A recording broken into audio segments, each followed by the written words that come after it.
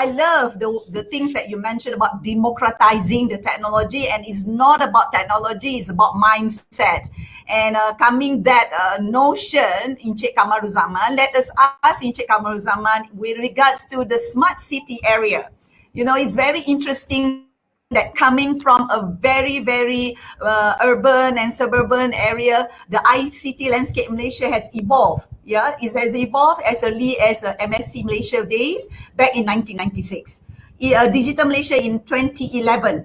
And most recent, Malaysia Smart City Framework. I believe you have involved in Encik Kamaruzaman vastly in this area. So with your experience handling smart city projects, industry digitalization, how confident are you on this Malaysian digital economy journey? What would be the critical success factors for my digital? I believe Dr. Zaha will talk about this in arm's length, but we'll give this forum to you now, Encik Kamaruzaman, to talk about on the critical success factor.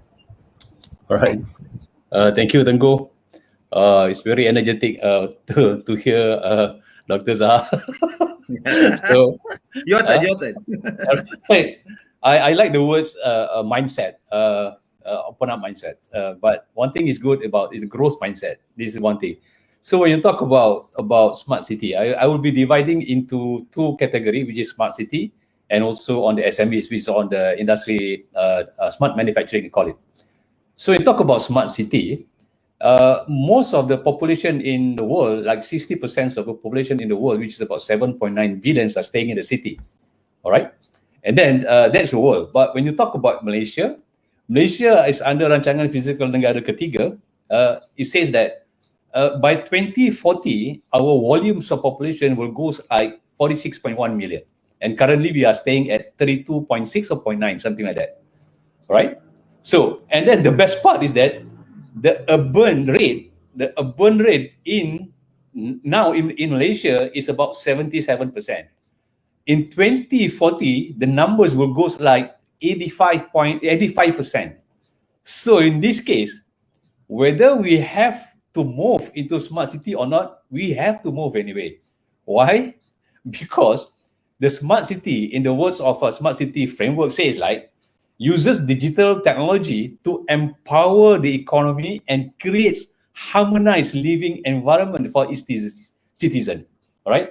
And it does this by sensor, data-driven, and making data-driven decision through an efficient people. Authority data sharing is a key success factor of a smart city.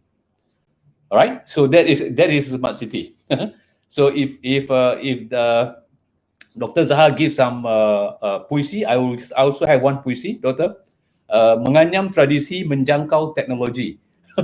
So okay, so weaving the tradition, reaching out the technology. So that is what Malaysia has to do. Malaysia has to move into a smart city, but looking back at our own culture. As what Dr. Zaha said, the technologies come at the back, not the technologies come first. What we are facing now is that we are putting technologies in front of our eyes, then we actually put ourselves to become a slave to the technology. That is totally wrong. Believe me, that is totally wrong.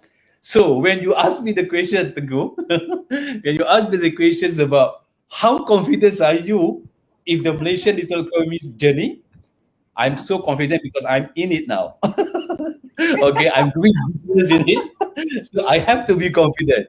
And I believe due to pandemic COVID-19, as what Doctor says, we couldn't see webinars online very oftenly back 3-4 years ago. Yeah. And I was using webinars since last 10 years ago.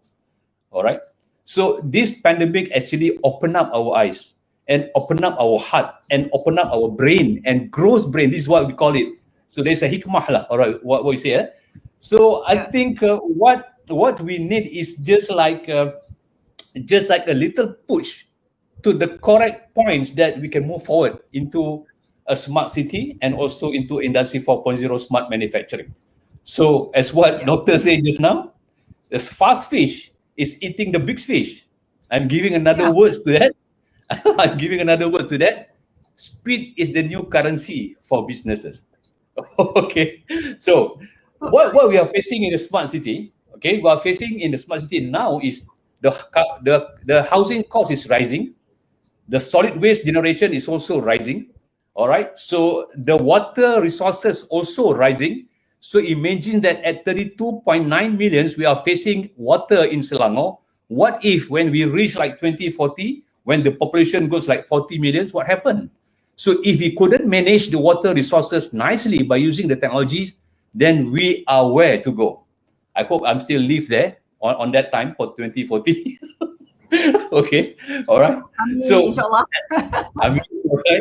So then also on talk about environmental conservation. So when you talk about smart city, there are 3 points that we have to consider. Number 1 is economy, number 2 is social, and number 3 is environments. How do we protect the environments when the country goes very sophisticated? So now I'm talking about smart manufacturing. Since I've been involved with Malaysian Productivity Corporation quite some times, and until today also they are engaging with me. What we have basically problems that we have in the we call that smart manufacturing is that the bosses are quite afraid to be involved into a digital technology. So there are a few reasons why. Number 1 is because of cybersecurity. I think Dr. Zah has touched about cybersecurity. They are worried about cybersecurity. All right. Yeah. So why they worried? Because the knowledge are not there. What Doctor said just now, cloud is more secure than what we have in currently. So that's one. Number 2 is that the talents that we are facing now is quite so-called important as well.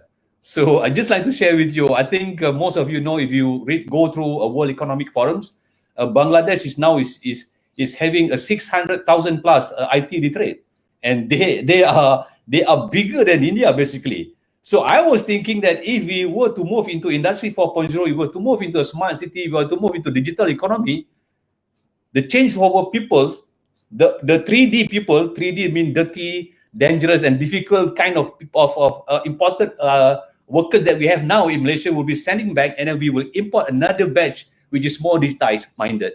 So that's a reason.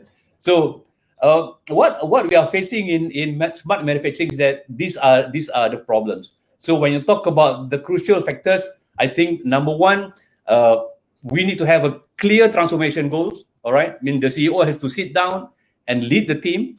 All right, and the leader has to be a very vast understanding on the digital transformation, and from top to bottom, and then go down, and then you go like vice versa. It's not like one main show. It's not like one people. The same goes to smart city. Yeah? It's not about how we use technology. It's about how we use technologies and give back the response.